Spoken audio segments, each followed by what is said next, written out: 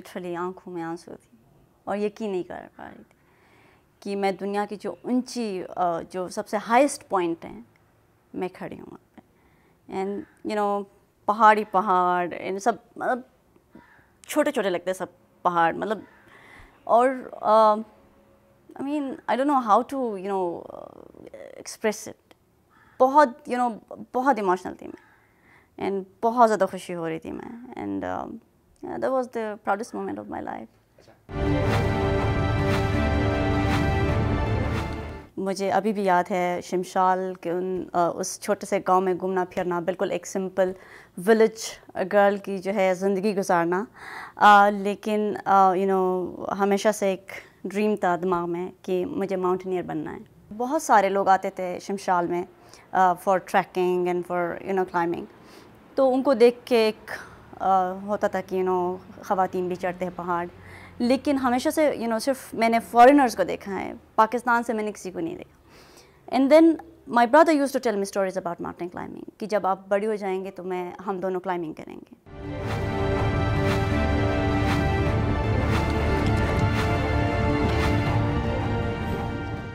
2010 में मैंने स्टार्ट किया अपने भाई के साथ। एक अनक्लाइम पीक पे हमने एक्सपीडिशन ऑर्गेनाइज़ की और फिर जो सबसे इम्पोर्टेंट बात ये थी कि हमारे पास कोई प्रॉपर इक्विपमेंट नहीं था। मतलब बहुत कम रिसोर्सेज में हमने अपना जो एडवेंचर था वो हमने स्टार्ट किया। उस एक्सपीडिशन के लिए हमने अपने जो मेल कज़न थे मेरे, उनके मैंने कपड़े बोरो किए थे और उस पीक को जब मैंने सबमिट किया तो मैं एक ट्रैकिंग शूज़ में थी।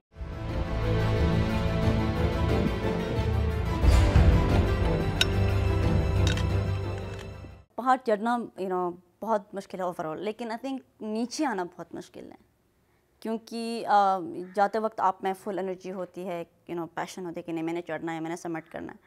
और लेकिन फिर वापसी में आपकी जो पूरी एनर्जी है वो ख़त्म हो जाती है और फिर नीचे आना बहुत मुश्किल होता है। जब हम वापस आ रहे थे तो येलो बेंड के नीचे, क्योंकि आई वॉज कम्प्लीटली एग्जॉस्टेड और जब मैं कदम रख रही थी तो मेरे ऐसे पैर हिल रहे थे।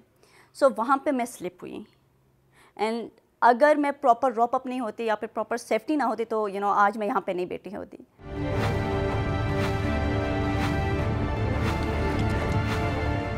एवरेस्ट के बाद मैंने और मेरे भाई ने, मिर्ज़ा अली ने, हमने 7 समिट्स 7 कॉन्टिनेंट, जो हाईएस्ट माउंटेन्स है ईच कॉन्टिनेंट में, वो हमने समिट की। और I am first Pakistani, not women, first Pakistani जिन्होंने पाकिस्तान का परचम 7 बड़े अज़मों के ऊपर लहराया है। पहले एक लड़की को अपने बलबूते पे खड़ा होना चाहिए, वो बहुत ज़्यादा ज़रूरी है।